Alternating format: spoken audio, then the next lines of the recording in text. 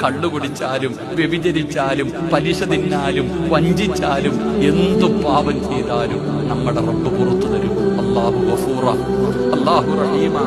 പടച്ചവനെ, പൊറുക്കുന്നവൻ ആരുണ്ട് നീ അല്ലാതെ? അല്ലാഹ് നിന്നെപ്പോലെ പുറത്തു തരുന്ന ഒരാളീ ലോകത്താരാ? അല്ലാഹ് 100 കൊല ചെയ്തവന് പുറത്തു കൊടുത്തു. എടാ, മയ്യത്ത് കബറിനകത്ത് കിടന്ന മയ്യത്തിനെ വ്യഭിചരിച്ചവന് പുറത്തു കൊടുത്തവനാ നമ്മുടെ അല്ലാഹ്. അത്രയും വലിയ പാപം ചെയ്ത ആരെങ്കിലുണ്ടോ? അവന് പോലും പുറത്തു കൊടുത്തവനാ അല്ലാഹ്. സ്വന്തം മക്കളെ ജീവനോടെ കുടിച്ചു മൂടിയവർക്ക് പുറത്തു കൊടുത്തവനാ നമ്മുടെ റബ്ബ്. അത്രയും നല്ല ഒരു റബ്ബ് നമുക്കുണ്ടല്ലോ.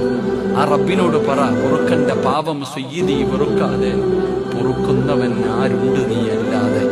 അല്ലാഹുവിനോട് പറയണം, ഇഹലോക ആർഭാടങ്ങൾ എന്നെ വലച്ചതാ, നഫ്സെന്നെ ഉന്തി തള്ളി വിട്ടു ചതിച്ചതാ.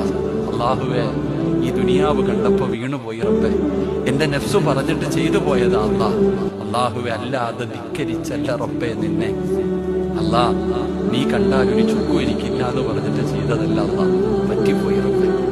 അല്ലാ, നീ കാണുന്നുണ്ടെന്ന് എനിക്കറിയാം, എന്നിട്ടും ചെയ്തത് അഹങ്കാരം കൊണ്ടൊന്നുമല്ല, പറ്റിപ്പോയി തമ്പുരാനെ, എനിക്കൊന്ന് പുറത്തുതായെന്ന് അല്ലാഹുവിനോട്